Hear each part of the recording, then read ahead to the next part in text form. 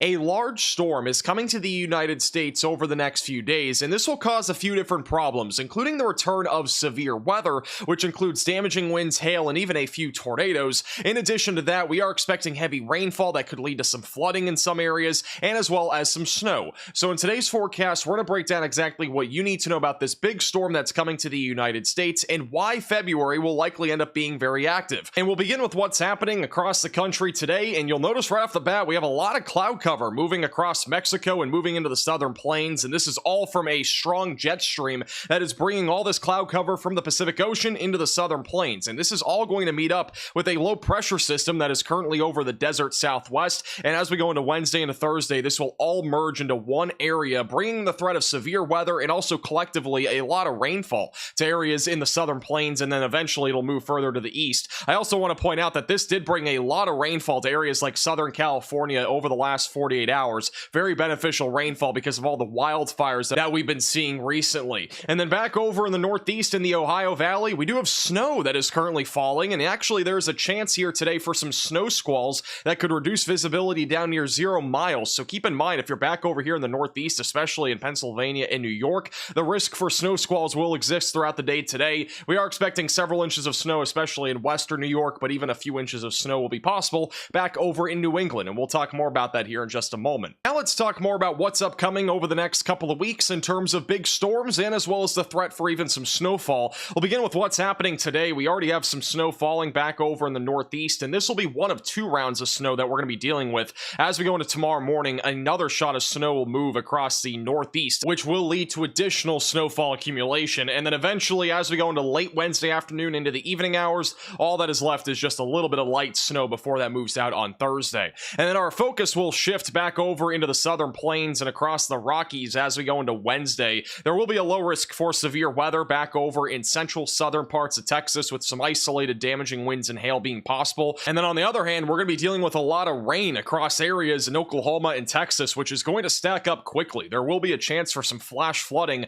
as we go into Wednesday night and Thursday morning. There will also be snow back over in the Four Corner states. This will be primarily impacting the Rocky Mountains, especially around the Colorado region, Wednesday night into early Thursday morning. This winter storm, though, in general has shifted much further to the west over the last couple of days. It does not appear as if this will be really going in the direction of the Central Plains or the Midwest, but I do think we are going to see snow sometime in early or mid-November. It's just a matter of time, I think, for those areas. Notice as we go into Thursday morning, heavy rainfall and also some showers and thunderstorms will be happening across the southern plains, mainly in Texas and Oklahoma, eventually moving into Arkansas and Louisiana. Thursday afternoon, we are going to be watching for the risk of severe weather, especially south of Dallas and Fort Worth. I think Houston and also around Austin and even back through San Antonio will be the main really triangle to be watching for the risk for severe weather on Thursday, with all modes of severe weather being a possibility, but generally speaking, it is on the lower risk of things, at least for right now. Eventually, as we go into late Thursday night and early Friday morning, look how large this storm gets. It'll be a warm storm. What I mean by that is that this is going to be pulling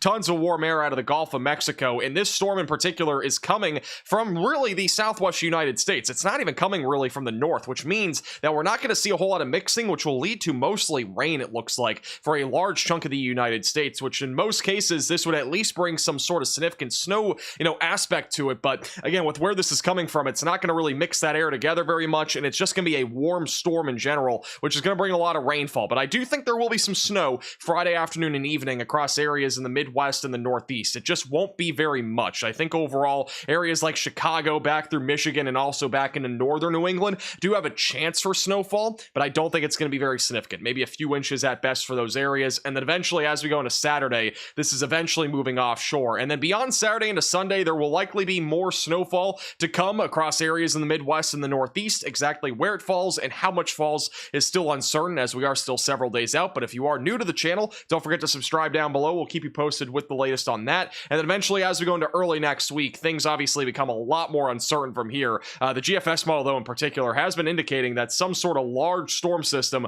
will be forming right around the second weekend of February. So something to watch for, but again, it's just a very early look at what we might be seeing, a couple weeks in advance, which again, forecasting accuracy even 5 to 7 days out can be very hit or miss. And this storm is going to bring an abundance of rainfall, and even in some cases, an excessive amount of rainfall, especially in Oklahoma and Texas, where there will be a large area between 2 to 5 inches of rainfall, which could definitely lead to some flash flooding. So be mindful, especially in southeast Oklahoma is where I think our bullseye will be for maybe an isolated location around 5 to even 7 inches of rain when this is all said and done. Even back into the Ohio Valley and the Dixie Alley, we are talking about 1 to 3 inches of rain in many areas. This will definitely help if you are currently in a drought situation right now. And then this is across the entire country. Again, notice that there will be a large swath of rain anywhere just east here of this black line all the way back through the Midwest, Ohio Valley, and into the Northeast. We are expecting several inches of rain in many areas out of this storm. So definitely a good thing if you're in a drought, but a lot of this rain is coming at a little bit too quick of a pace, especially in Oklahoma and Texas. Now, as I mentioned, there will be a risk for severe weather both Wednesday and Thursday. Overall, Wednesday's risk does not look that impressive to me.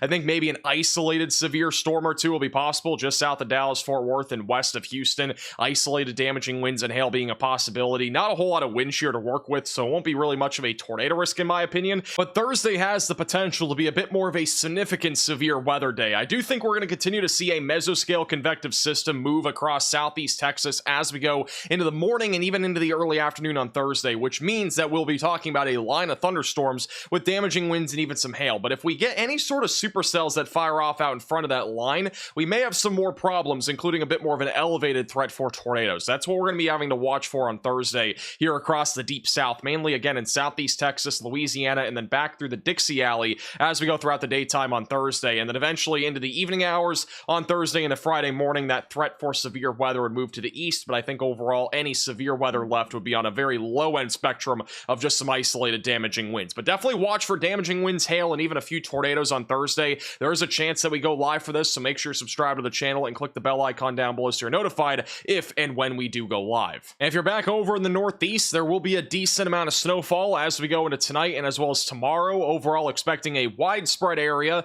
between a coating to 3 inches of snow. Highest elevations of New England will pick up between 2 to 5 inches of snowfall, which will be nice for the skiing areas. And then back over in upstate New York, that is where our bullseye of snowfall accumulation will be. Anywhere from 4 to 8 inches of snow. Could even have a few locations near a foot of snow when this winter weather event is all said and done. Some winter storm warnings also in effect for some of these areas to address this threat. Now, this is the GFS ensemble showing your chance of seeing greater than 1 inch of snowfall over the next couple of weeks, all the way through February 8th. You'll notice the chances are very low right now, for most of the country at least, unless you're back over in the northern plains or back into the Northeast. Chances are a little bit higher, but overall, again, take these with a grain of salt. I'm going to be honest with you, I think the accuracy anywhere beyond about 5 or 6 days from now is just very hit or miss, especially during the winter season. But back over here in areas like the Midwest and even back into the Northeast, I do think we're going to see some snow as we go into Friday or Saturday. I don't think it's going to be a whole lot, but I think there will be enough snow out there to maybe get some areas to an inch or two. And the last thing we're going to talk about is the temperatures. We are expecting them to stay above average for most of the country as we go into the middle and end of this week. Look at all that warm air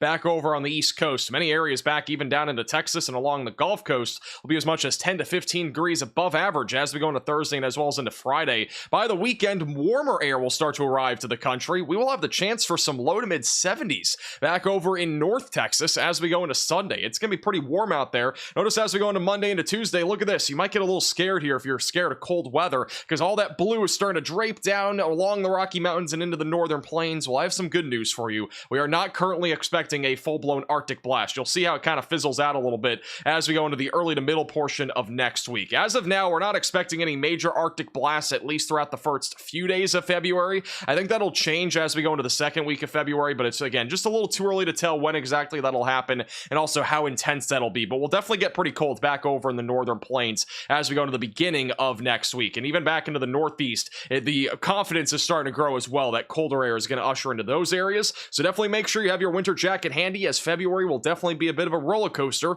when it comes to both temperatures and as well as the chances for snow. Also, I do want your opinion in the comment section down below. How do you guys like the design of our 1 million subscriber hats? Again, these are not out yet by any means. We are still about 80,000 subscribers away from 1 million, but we are making some early preparations for our merchandise as we are going to have 500 limited edition signed hats for 1 million subscribers. So we're just kind of getting a gauge here if these hats are something that you might be interested in. If you like this design, this is very different from our other milestone merch, so I'm definitely curious to hear your opinions in the comment section below. Definitely let me know. Thank you so much for watching. Make sure to hit the like button down below and subscribe if you've not already.